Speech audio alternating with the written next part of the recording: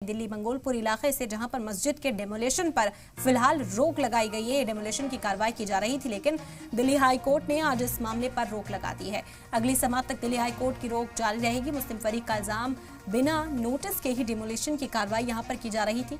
MCD ने मामले में स्टेटस रिपोर्ट दाखिल की, जिसके बाद मस्जिद कमेटी ने अब जवाब देने के लिए वक्त मांगा।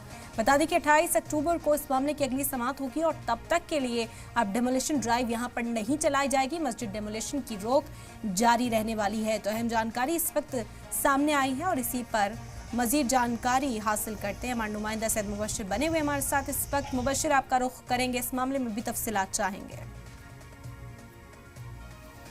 बिल्कुल, देखिए, जो मस्जिद कमेटी थी और मदरसा वेलफेयर एसोसिएशन थी, उन्होंने अर्जी दाखिल की थी कि पिछले आदेशों का, दिल्ली हाईकोर्ट के आदेशों का जो पूरी तरीके से एमसीडी ने उल्लंघन किया है और इस पर जो है कार्रवाई होनी चाहिए, यानी उस पर अवमानना का एक नोटिस जो पीआईएल थी, माफ कीजिएगा, याचिका थी, वो दायर की गई, जिसमें 28 अक्टूबर तक अगली डेट दी है और 28 अक्टूबर तक किसी तरीके का डेमोलिशन कराने पर पूरी तरीके से रोक भी लगाई गई है। हालांकि जो पिछली सुनवाई में हाईकोर्ट ने एमसीडी को नोटिस जारी करते हुए 9 जुलाई तक डेमोलिशन न करने की बात की थी, यानी आज तक की बात के लिए। उससे पहले ही हमने देखा 3 से 4 दिन पहले ही वहाँ पर एमसीडी का दस्ता पहुँचता है और पूरी तरीके से मस्जिद का जो कुछ हिस्सा है उसको डेमोलिश कर दिया जाता है। लेकिन आज जो सुनवाई हुई उसमें जो स्टे है वो बरकरार रखा है, यानी किसी तरीके का डेमोलिशन नहीं होगा। फिलहाल एक बड़ी राहत जरूर है आगे के डेमोलिशन के लिए। लेकिन एक चीज मैं आपको और बता दूं, हाईकोर्ट ने मामले की सुनवाई 28 अक्टूबर को जो है के लिए आगे बढ़ा दी है और 28 अक्टूबर तक इस पूरे मामले पर कोर्ट ने स्टे भी दिया है। जी बिल्कुल बिल्कुल मुबशिर, क्योंकि कहा जा रहा है कि जो स्टेटस रिपोर्ट पेश करनी थी वो रिपोर्ट पेश की गई। किस तरह का तर्क जो है कोर्ट के सामने रखा गया इस रिपोर्ट के जरिए?